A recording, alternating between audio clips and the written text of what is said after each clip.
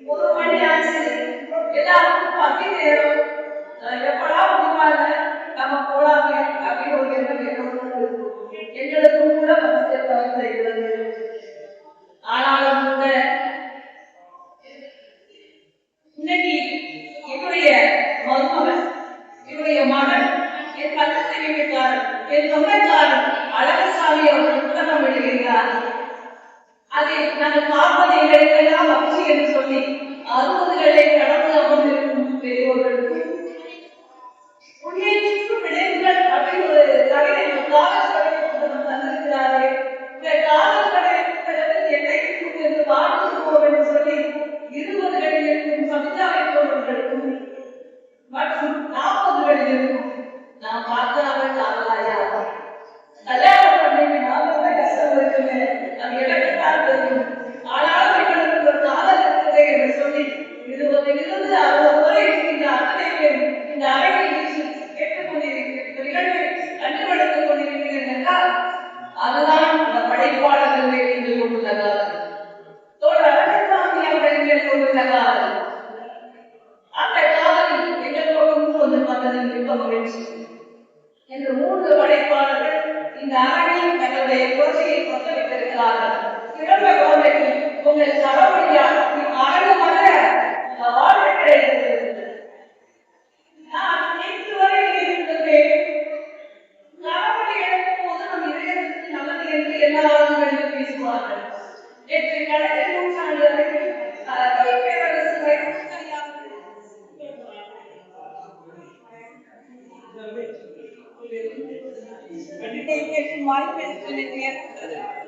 நாம் கரங்கள் இரண்டையும் குவித்து கைதட்டும் போது அங்கு ஒரு சங்கீத ஓசை இருக்கிறது என்றார். உங்களுடைய கரவழியால் இருக்கின்ற அந்த சங்கீத ஓசை இந்த மேடையில் இருக்கின்ற அத்தனை பேரையும் மயக்கும். மீண்டும் ஒரு முறை கரவழி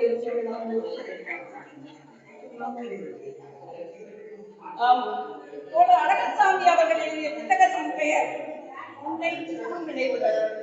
அந்த புத்தகத்தை பார்த்ததுமே நான் நினைச்சேன், என்னுடைய குரல் எல்லாருக்கும் கேட்குதா? என்னுடைய கரவழி என்னுடைய உண்மை குரல் கேட்குதா? கேட்குதா?